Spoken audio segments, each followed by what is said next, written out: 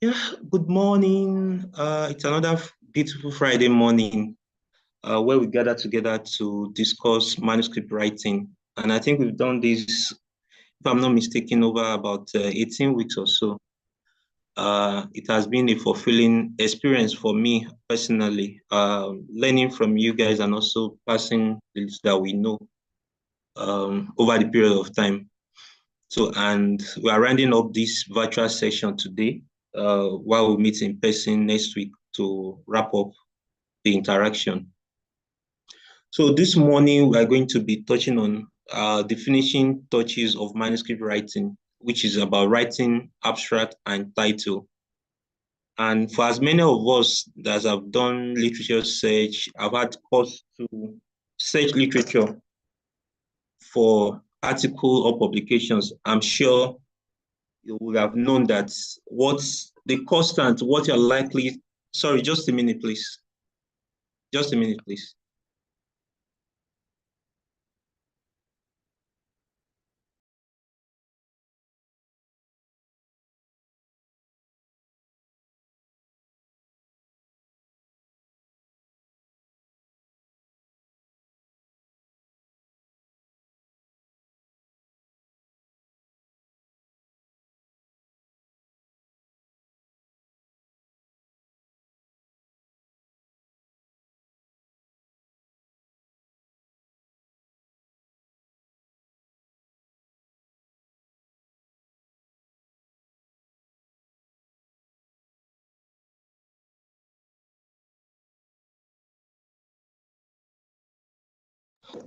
So sorry about the interruption. I had to just pick that call. All right. So this morning, like I was saying, for as many of us that have had course to science literature, you definitely have seen that the constant thing you come across in any of the literature search is abstract and title. There is no publication that will come to you online that you will not see title and abstract. You probably will not get to see the other aspect of the manuscript of the publication if it's behind paywall, but you always see title and abstract. That means what you're likely to come across, what people are likely to read about your work for the first time is your title and abstract. That is what will prompt them to decide if they want to read the whole publication you have or they move on to the next one. It is your title and abstracts that tell them there is a need for them to probably make subscription for a journal in order to be able to read your article if it's behind paywall. So it shows how important abstract and title is. And like Prof like always say, there is a skill, there is a ABC to doing all aspects of public manuscript writing. And again, this morning we'll be going through how do we go about writing our abstract, how do we go about writing our title. If you don't understand this anatomy, this ABC of writing, probably you have difficulty in knowing what should appear and what should not appear. So we're going to be going through this in the next couple of minutes.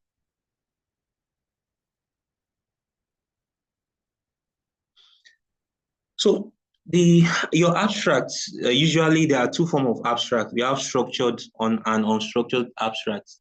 The structured abstract is such that it has the components of what makes it up. I mean, we're going to write background, methods, results, and conclusion. Each section is going to be reflected in your structured abstract. But in the unstructured abstract, you're writing it, everything, you still have all these components, but it's written as a prose, as in paragraph without necessarily subtitling it. That's the unstructured abstract. The decision on what to do is determined mainly by the journal you are submitting to. Then generally when you're working on thesis or dissertation, you usually want to have structured abstract. So your abstract should contain the same thing, but the way you put it, the way you structure it will depend on the type of abstract you write, whether it is structured or otherwise. So let's go to the first component of your abstract, which is the background. Why do you need to put your background in your abstract? Remember that I mentioned that your first contact, I mean, the first contact of your manuscript with the intended reader is your abstract and title. So you want to put the core essence of your writer of your manuscript in that abstract, usually limited number of words, 200 words, 150 words, 250, 300 words at most time. So you want to ensure that all that the reader needs to understand what is in the main work is captured in it. So if you're writing a very brief abstract, then the first statement is expected to highlight the gap in knowledge, the gap that your study is trying to address. What exactly is the gap in knowledge? If it's an abstract that gives you the liberty to have more extra word, then the first statement will speak to the burden or the importance of the topic area in which you are writing on. So, for example, cervical cancer is the leading cause of maternal gynecological cancer. That's the burden. Then the next thing that comes is to highlight the gaps, then the intention, what you intend to do, how do you intend to address the gap will be the next sentence. So again, like I said, it is writing is science and art. There's a science to writing, which is knowing what steps you should take in writing. The art of writing is you now using your own ingenuity and the understanding of the art. So use your own flair and flow to put together the components of each section. So in terms of writing this background, you now select what do you think is the most important burden that the reader needs to know as it relates to the work you are working on. So the burden in the area where you are working on may be more than one or two. We're going to pick the one that speaks exactly to what you are talking about. So for example, I'm talking about Lassa fever vaccine in pregnant women. It may not be important for me to be talking about the fact that Lassa fever is used for weapon. I probably want to speak to exactly how Lassa fever affects pregnant women. What's the peculiarity of Lassa fever in pregnant women? That shows the burden. Then I'll now go into what the gap is, what is not known in Lassa fever. Then I'll now talk about what I intend to, do to address that gap. So that's essentially what my background is expected to cover. So let's move on to methods. So it's not enough to tell us that, to tell your reader that this is the gap and this is what I intend to do. You also want to, the reader will also want to know, even within that brief component you have, how the method, the how of answering that question. In that way, you're expected to talk about the study design, the population you're working on, where you are doing the work, the date, the time, data varies with time. What you obtain today will not be the same thing you obtain tomorrow. And I've seen a lot of abstracts have this missing. People talk about, oh, we did a questionnaire study in Lagos addressing pregnant women, and that is all. A questionnaire study addressing pregnant women in the pre-COVID era is not exactly the same result as that in the post-COVID era. And you leave your reader hanging on when exactly was this study done. How can I interpret their finding based on time it was done? So it is very important you mention exactly what time the data is collected. So a questionnaire study between March 2025 and September 2025 of APIN staff, that would be a more appropriate way to put to compose your method. Then the variables that you use in your study must, I can't emphasize this more than I can't overemphasize this. The variable of interest, the variable at play in your study must reflect in your abstract.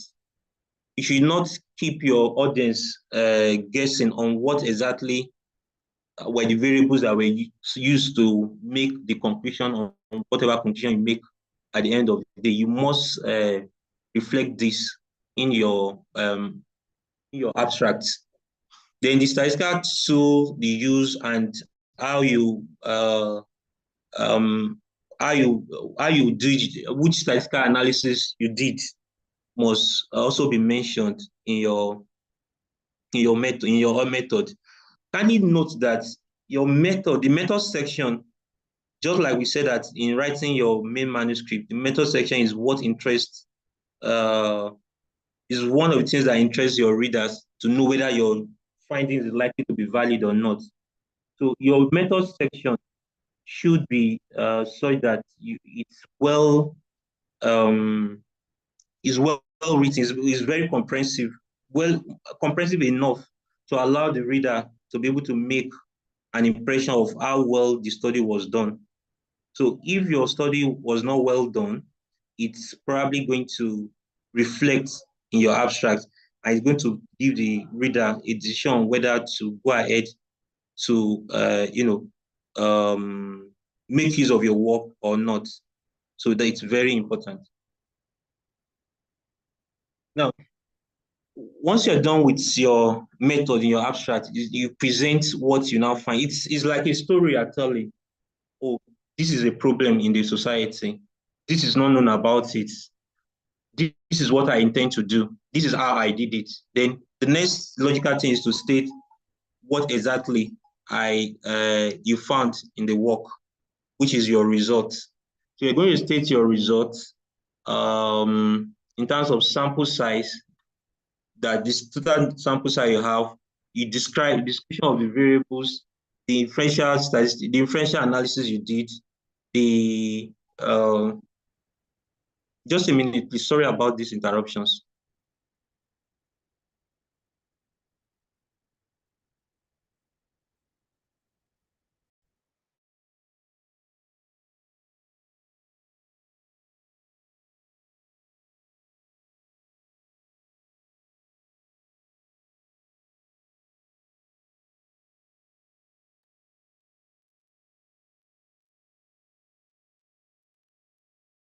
Hello?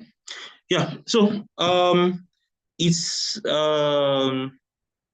also important to ensure that the results you are presenting show that your objective has answered your result has answered the objective of your study. In the absence of that, if your results did not show that your objective was answered, then the reader probably will not be interested in reading whatever you have. So you should reflect it in your write-up that your study results answers the objective that you set out at the end of the day. Then you make a statement, you conclude, the conclusion, you should make a statement on the importance of the objective that has been answered and make a recommendation based on the evidence that is derived from your study. You should not bring an evidence that is not, we've mentioned this in previous classes, that whatever you are making conclusion to should be something derivable from the result you presented. Don't make a conclusion based on your own impression, based on something that is extraneous from the work you've done. It must be a conclusion that is derived from the work you did. You may also suggest previous future research that can be done,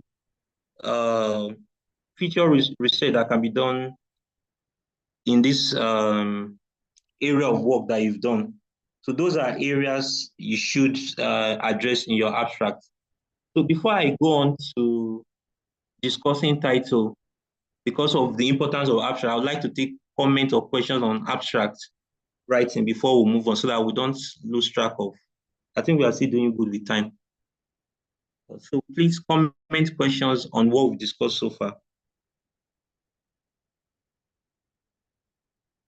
Farida, please can participants unmute? Yes, sir, they can unmute. They can, okay. Please, any question, any clarification on what we've said so far?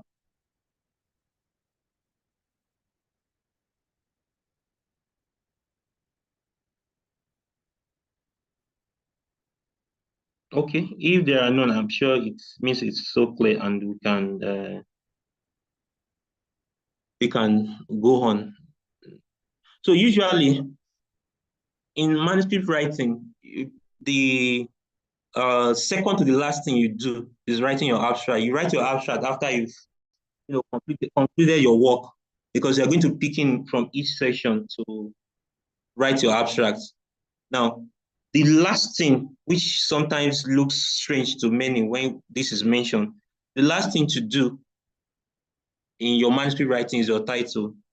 And someone will ask, how do I write my title as the last thing when at the beginning of my work, I already have something in mind. I already have a study objective. I know the work I want to do. So why should my title be the last thing?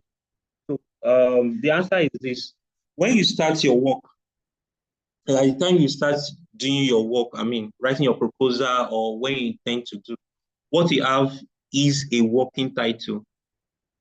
It's a title that can be adjusted, to suit exactly the information that your work will be passing across.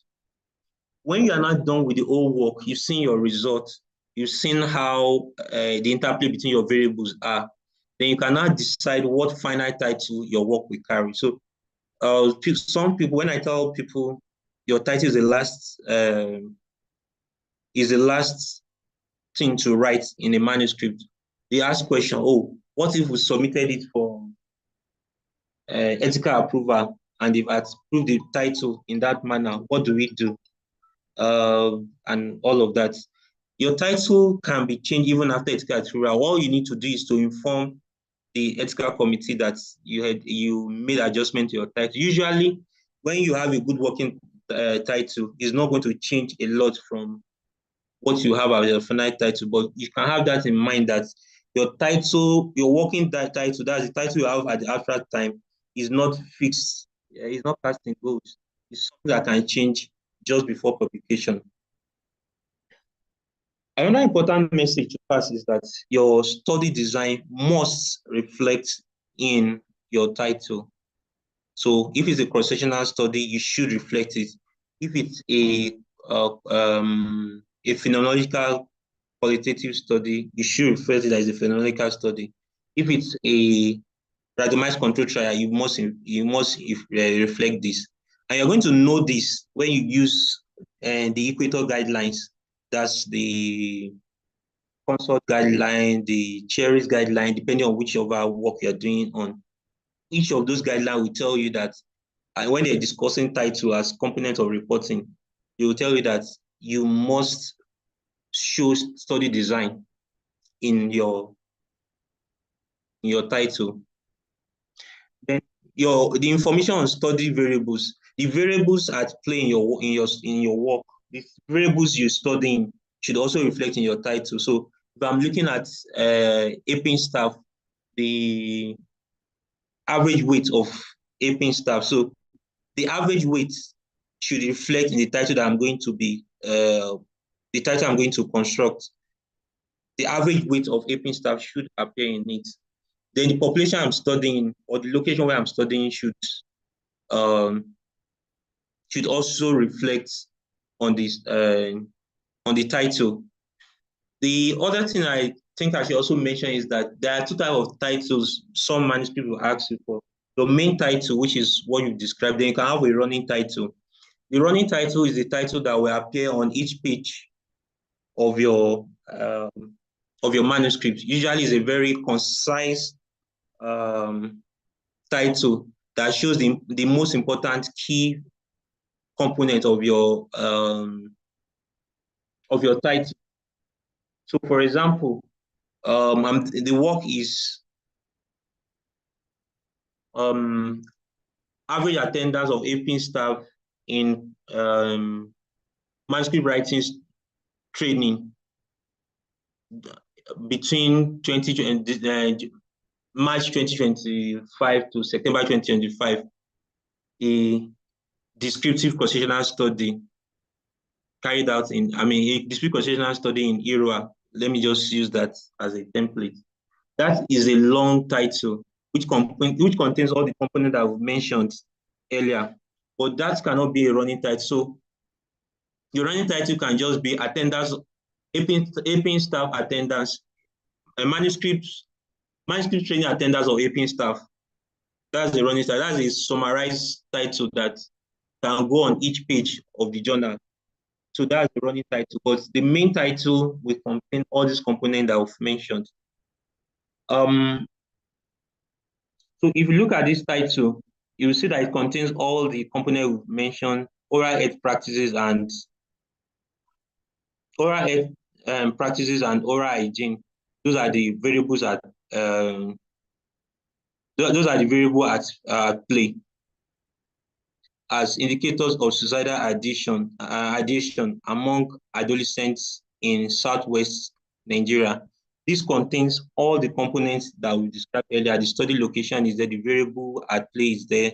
There is also, I remember that I mentioned that you should reflect your study design in each of your titles. Yes, that is correct.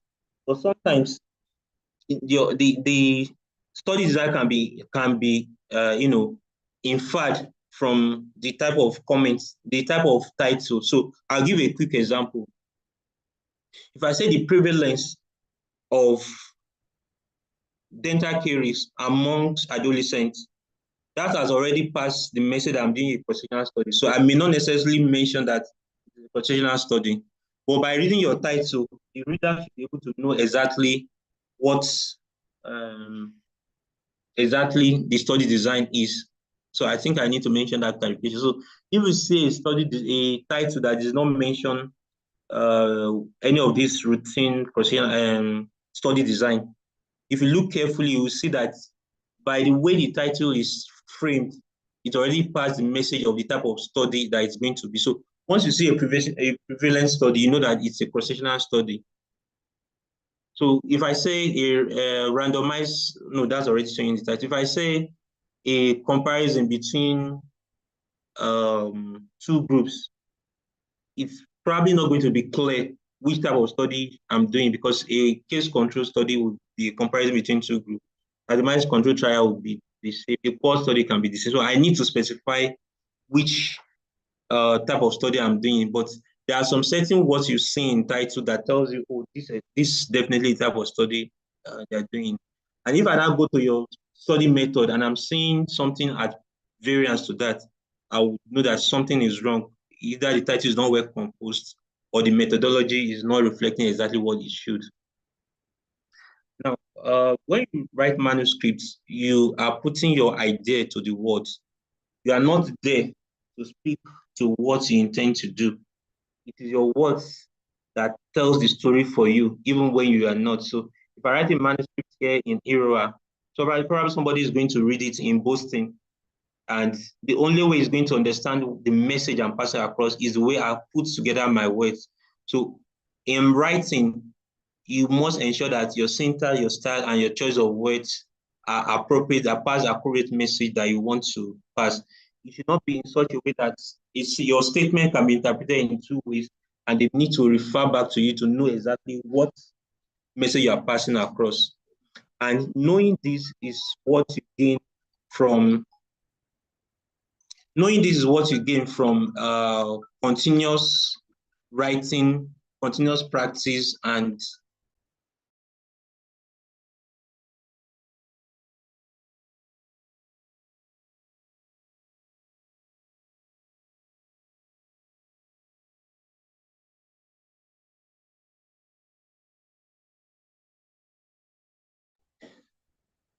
so the skill of writing essentially requires you to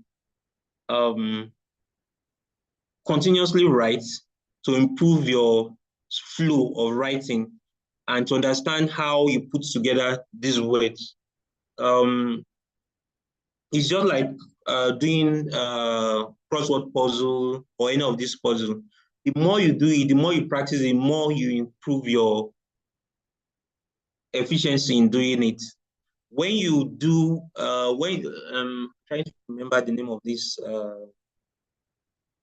game in which you turn puzzle. Can't remember that now, but the more you do such puzzles, the more you perfect your art of doing it. So writing is something that improves, just like any other art, it's something that improves with the frequency at which you practice it.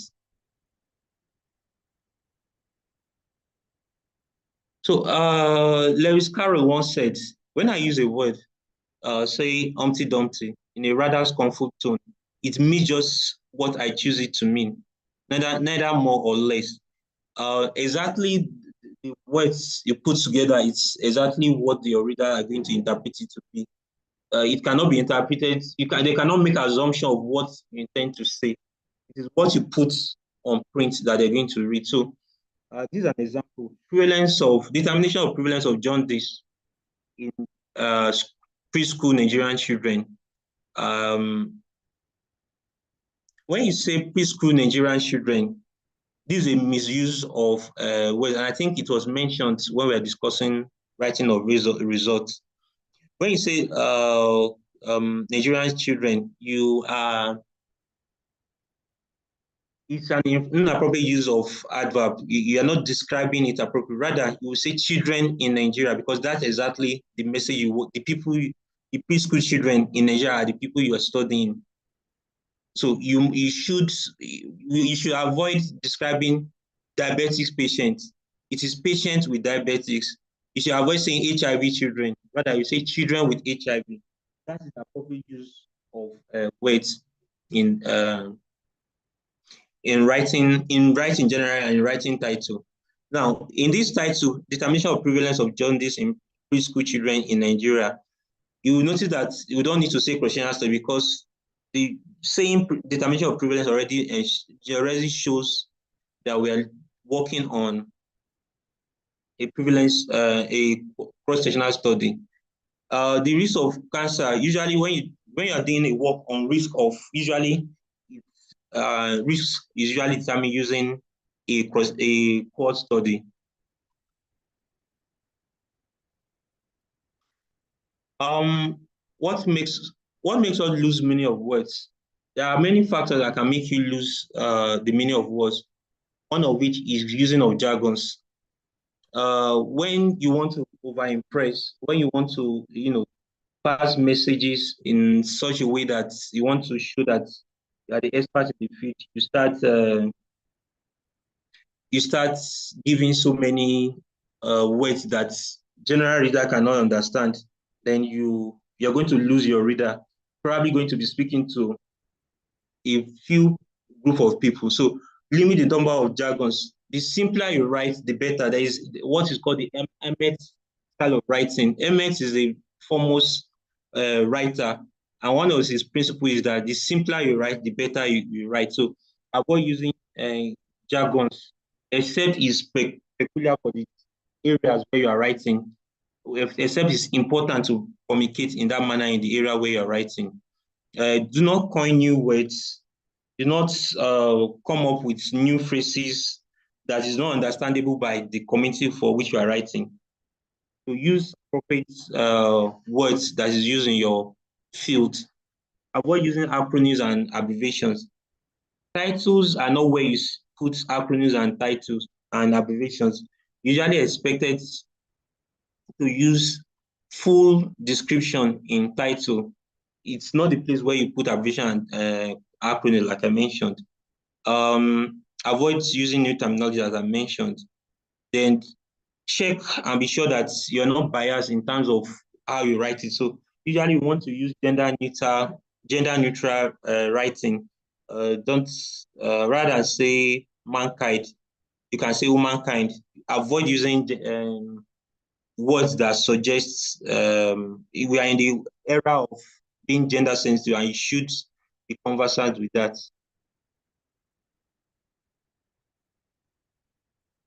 Or already responded. Using man to refer to all human beings carries the same implication. So it's simply less accurate than the phrase men and women. So we use gender neutral terms such as mankind and human race, um, police officer rather than policeman. Um, when applicable, avoid using labels rather than saying you are comparing normal girls with lesbian girls. That is discriminatory. They avoid using words that causes dichotomy, saying they, them, we, differentiating you from a group of people. Rather, be neutral in terms of how you write. Robert Lewis once said, the difficulty is not to write, but to write what exactly you mean.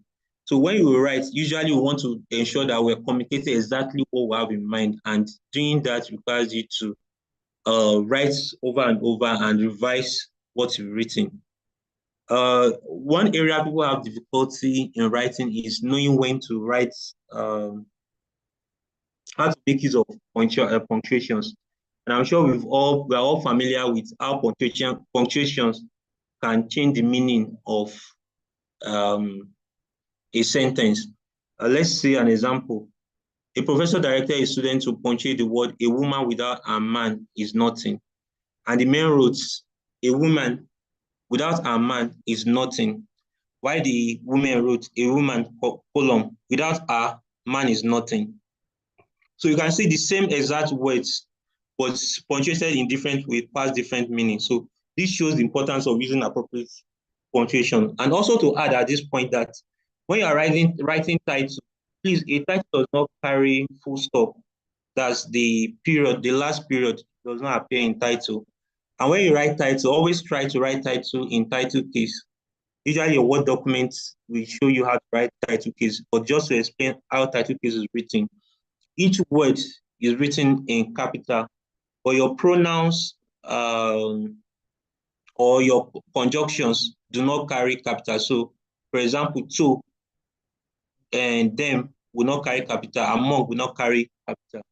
The only time conjunction carries capital is if it's more than 5 letters, then it can be capitalized. Otherwise, it's only the main words in your title that carries capital. Of course, if there's a proper noun, it must carry capital.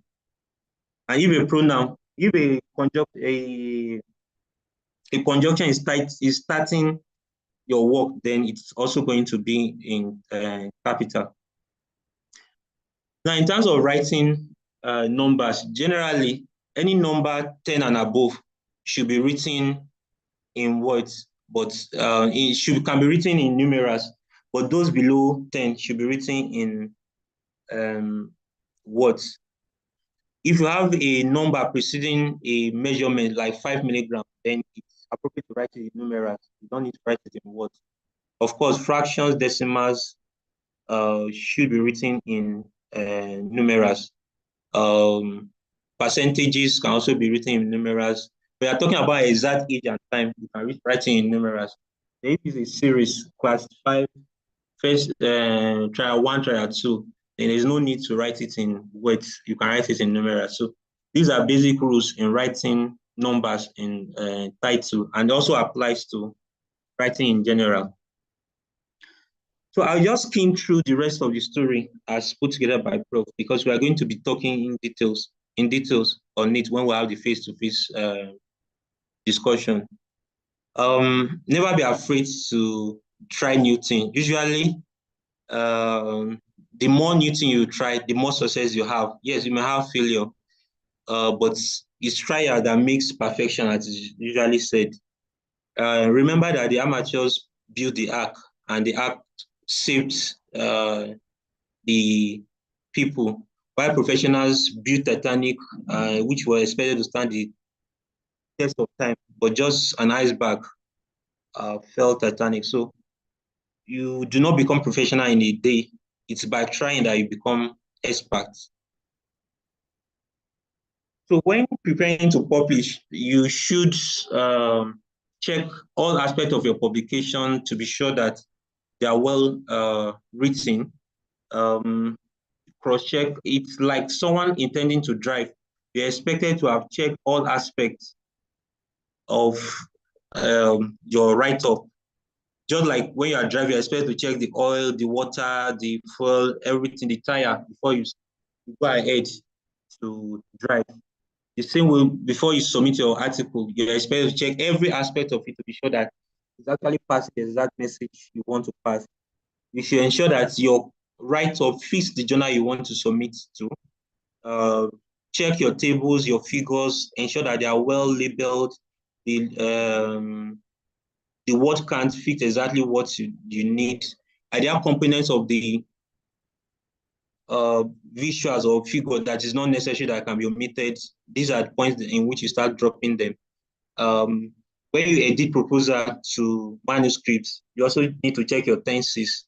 So your proposal is usually in future tense, or your manuscript usually will be in different tense depending on which section. Your method section should be past tense. Your resource section will be in present tense, describing what exactly you found in your work. So these are things you're expected to check as you prepare to submit your work. You also check your reference to be sure that in terms of number of reference, in terms of the type of reference the publisher is requesting for, whether it is Vancouver, Harvard, or APA, or whichever one they are requesting for, it follows that method. Those are things you check before you submit for publication. Then you write cover letter, which we'll be talking about in details when we meet in person. What are the components of your cover letter? How do you make a cover letter? Pass the exact message you want to pass to the editor so that they are interested in reading your manuscript. I will go in details about it when we meet in person. But let me mention this. Let me speak to this before we round up so that we can get comments and questions. Peer reviewing process is usually a lot of work for peer reviewer. The essence of peer reviewing is to ensure that your work meets the standards in your area of study. It's so that whatever you put on the net, whatever you put to the world is good enough for others to make use of, so that science builds on credibility of previous work. So if what you publish is not credible enough, whatever people will be referencing will be incredible. It will be invalid work. So once whatever you're going to be put into the world to be something that is credible enough. Therefore, the work of reviewers is not a main job. It's a lot of work. They go through your manuscript in every aspect of it to ensure that whatever they allow to pass through them is something that is what the world should reference, what the world should use to inform practice and subsequent knowledge generation. Therefore, reviewers put a lot of work in terms of time, and it is a volunteer work. Reviewers are not paid for reviewing. For most part of reviewing, at best, they get some leverage in terms of publication fee for their own publication. But generally, it's a volunteer work. It's a corporate social responsibility of all manuscript writer to review others' work. So I'm saying this to, make us understand that when your work is reviewed by reviewers, do not take it as someone trying to fight you or someone trying to bring you down. The essence of reviewing is to improve your manuscript. So when you get reviewers' response, you are expected to respond to them respectfully. Try and understand the perspective which the reviewer is making their comments. And if there is need to clarify comment from the reviewer, you can write the editors who will get a clarification for you. It is not every reviewer's comment that will imply that you need to change what you've written. If you have another perspective, you can't communicate it exactly to the editor who will get back to the reviewer to make a review of what you've done.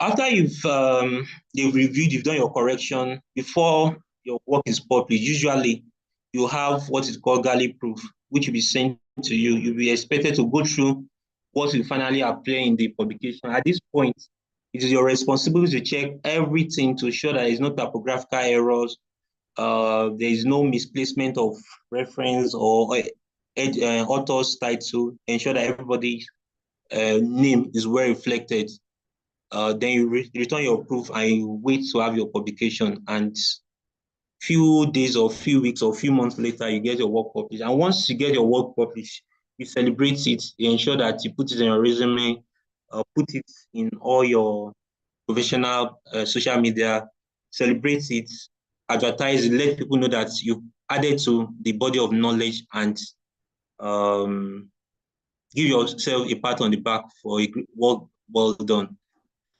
With this, I'll be rounding up to take questions and comments, and we'll continue the conversation on publishing when we meet in person. Thank you very much for your time, and sorry for the interruptions.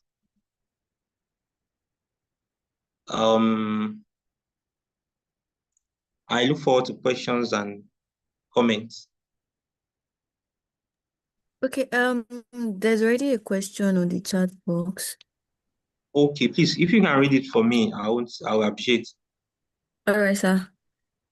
Please, can the title of an abstract be slightly different from that of the manuscript, since the abstract should have the study design embedded?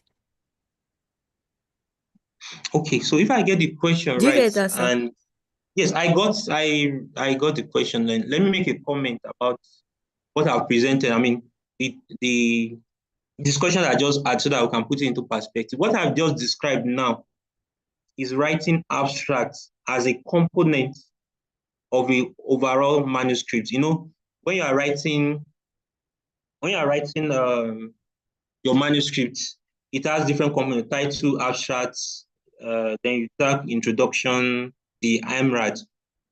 That is what I just described now. But again, for conferences and scientific gatherings, you can have an abstract, which is a standalone paper, conference abstract. You still follow the same format like I mentioned, and it will have its own title. You can have your title. Usually, the title will usually be the same with that of the main work you are presenting. But if you are presenting a part of a work as an abstract, you're probably not presenting the whole work. You can modify the abstract to reflect that it is only working on a section of the work. So if it's probably a dissertation that has many objectives, like 4 or 5 objectives, then you probably can mention the title that reflects the objective you are working on. So I hope that answers the question. Then something just came to my mind now that I think I should mention.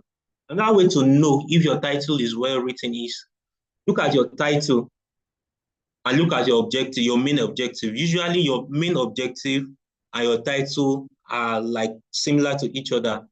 Your title, your objective is usually a action statement, while your title is a modification of it to show what exactly you are working on, usually a phrase showing what you are working on. So your objective and your main objective and your title usually relates, just like your conclusion should be answering your objective. So if you look at your conclusion, you should ask yourself, are you answering the action that your objective intends to carry out? So I hope that answers that. If that is clear, we can move to All the right, next question. another question. Okay, sir. Please, can there be citations or references in the background of an abstract? All right, thank you. Thank you very much. So your abstract section does not carry references.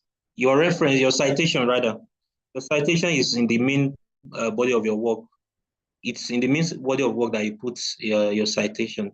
Now, when you are presenting conference abstracts, let me clarify. When you are presenting conference abstracts, I mean, you already submitted your abstract. You want to present it maybe as a poster or as a oral presentation. In your presentation of abstract, conference abstract, you can put citation in your background. I hope that is not confusing. If the person that has the question can omit, let me be sure that if that is not confusing.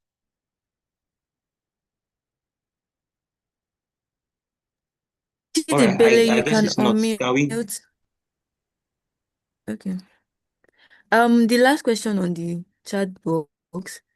Thank you, Okay. Dr. Kudus, for the wonderful presentation.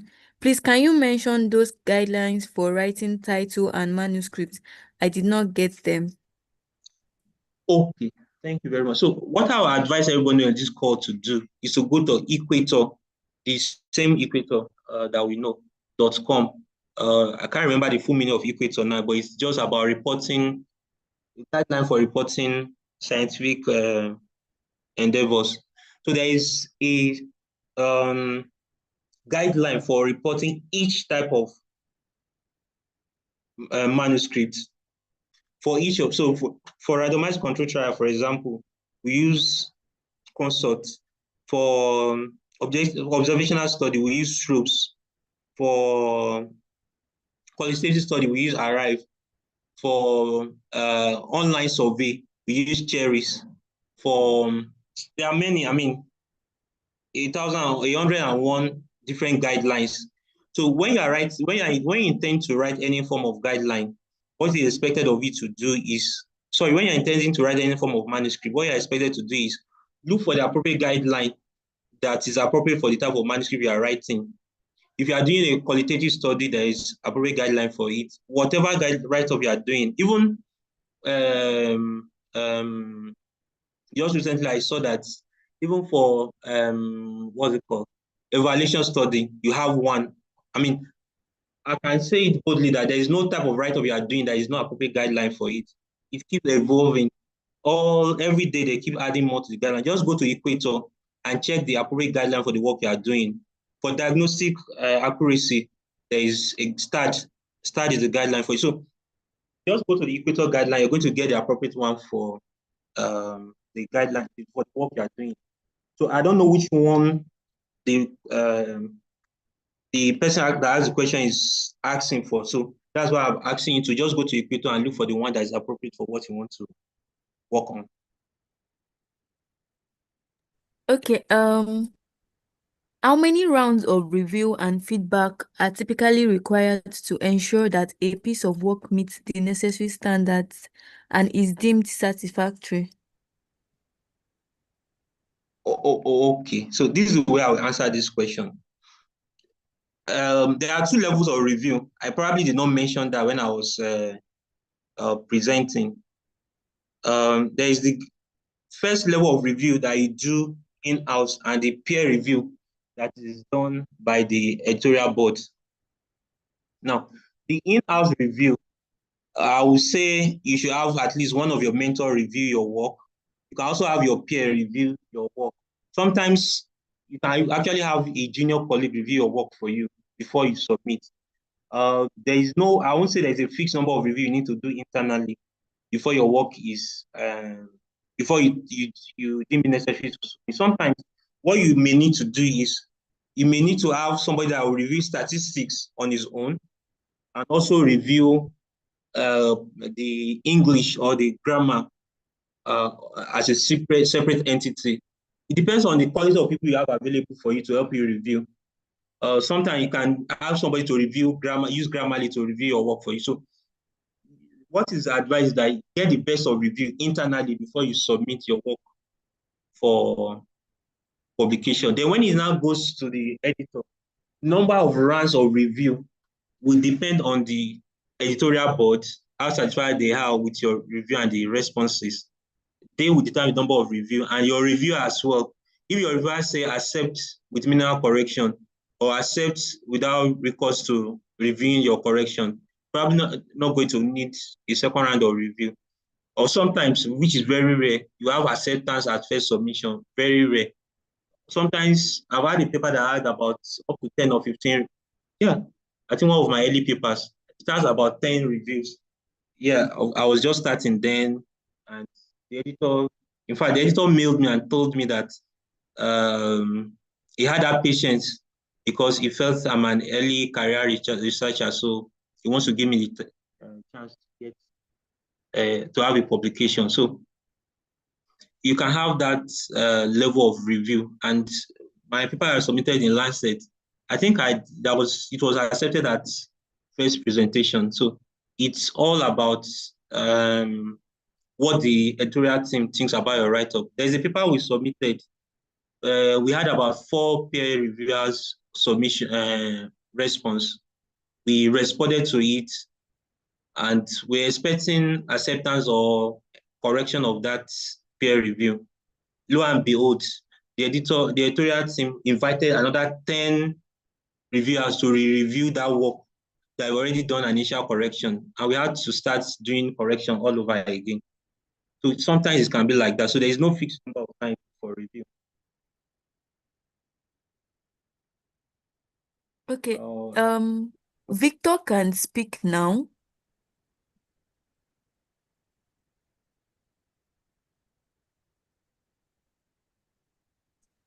Good morning.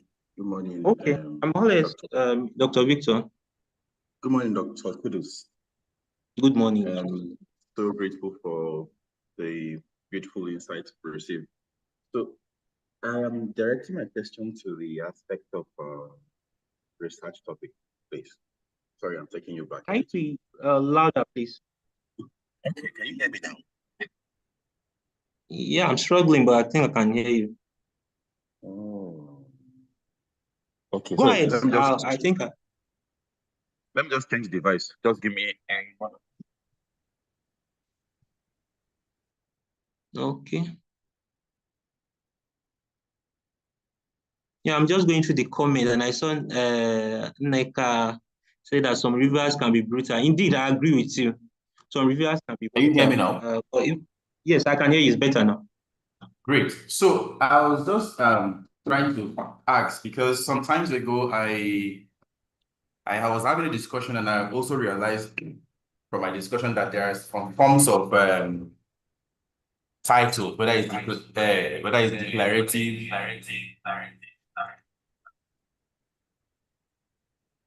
declarative, or descriptive or interrogative kind of research.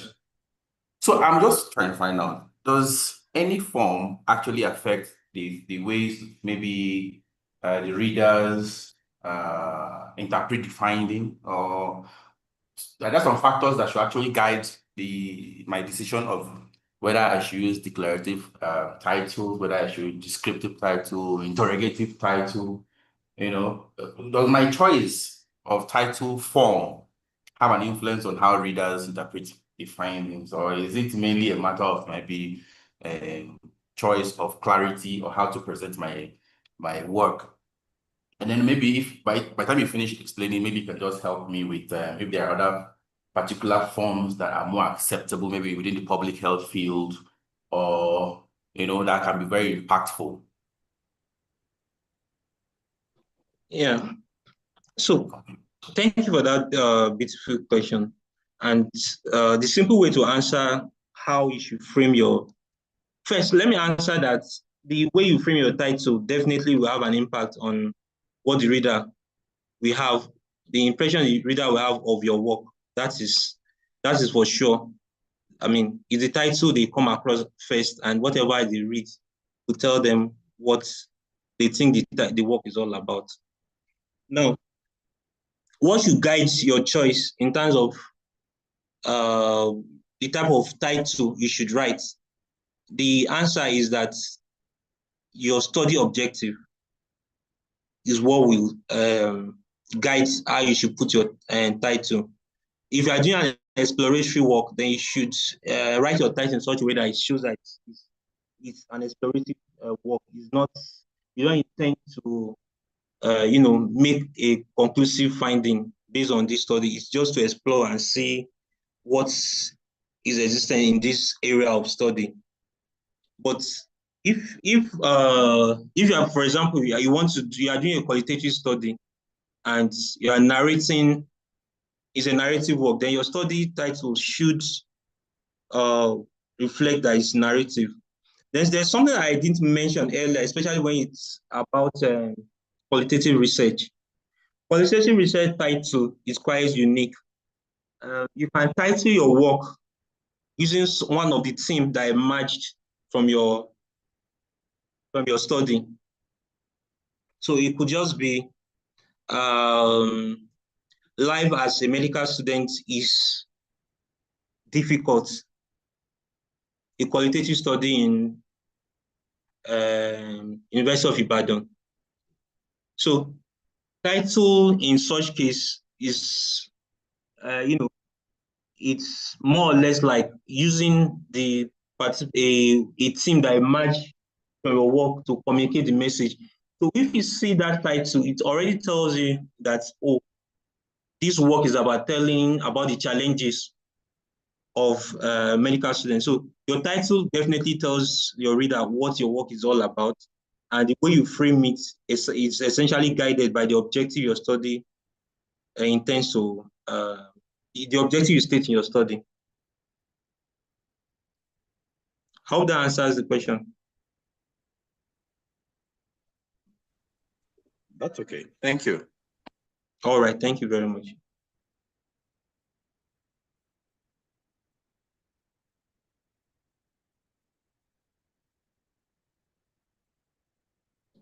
Any? I don't think there's no any other question on the chat box. So if Okay. you ask question, we can just use the raise hand option.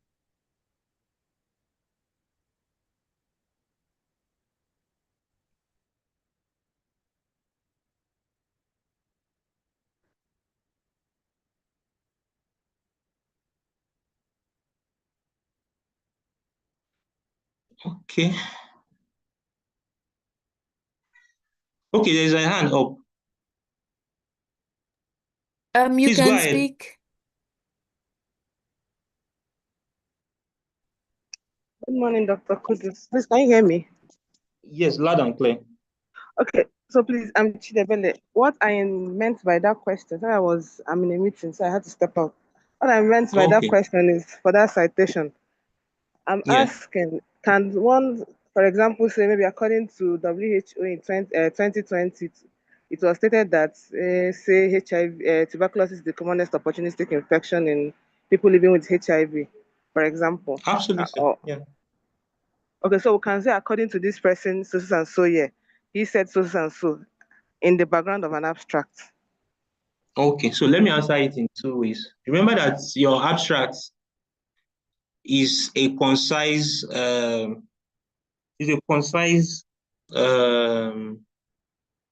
summary of the whole manuscript I've written. So usually it's not the area where you start saying according to this, according to that, according to that. But if you think, for example, in mentioning the burden of disease, you need to quote WHO or you need to make a quotation of someone, because you can do that in abstract. But abstract is not the way, is not a place where you copy your introduction and put in the background. As is usually you pick the most important things. So remember that when I talk about the components of background, I talk about talking about burden of disease, the gap you intend to fill, and the objective, what you'll be doing.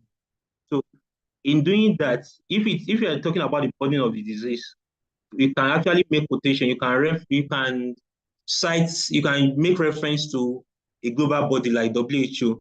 WHO have recommended that HIV/AIDS should be reduced to by 95%. WHO recommend that 95% of people living with HIV should have commenced at diagnosis. That can be the important statement you want to make in the background. That is acceptable, but it's not the place you want to be saying that Lawal Eto mentioned this. However, Chidebele mentioned this. So it's not the place you put a lot of citation. Just the most important message that you think you need to pass across. You can do that. I hope that answers it. Yes, sir. Thanks, sir. All right. Thank you very much. I think we have 1 minute. Thank you very much. You guys have been a very amazing audience over the last couple of weeks, and I look forward to seeing some of us in Lagos very soon.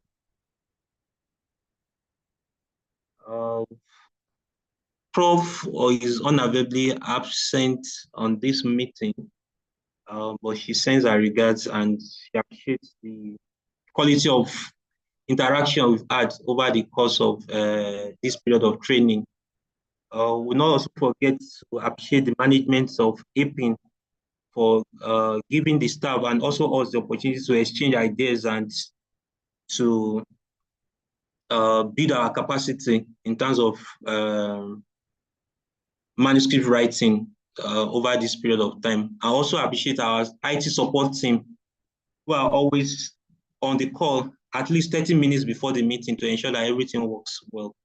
Thank you, everyone. I will hand over to Dr. Isa, if he's on the call, to probably give the final words before we close the section. Dr. Isa?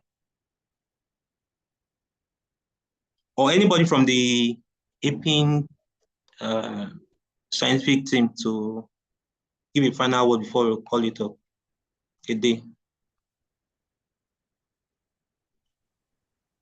Hello. Okay, sir. Okay, Dr. Hello, Somari, Dr. please go ahead, sir. Kudus.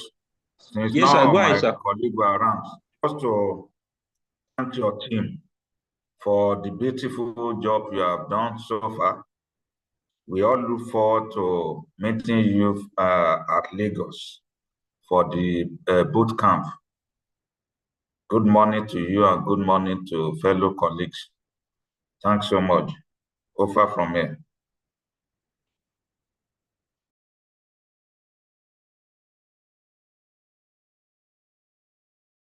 Thank you very much. So that's a bye-bye from me on behalf of Prof and the whole manuscript writing up team. Thank you very much. Bye. Bye, everybody.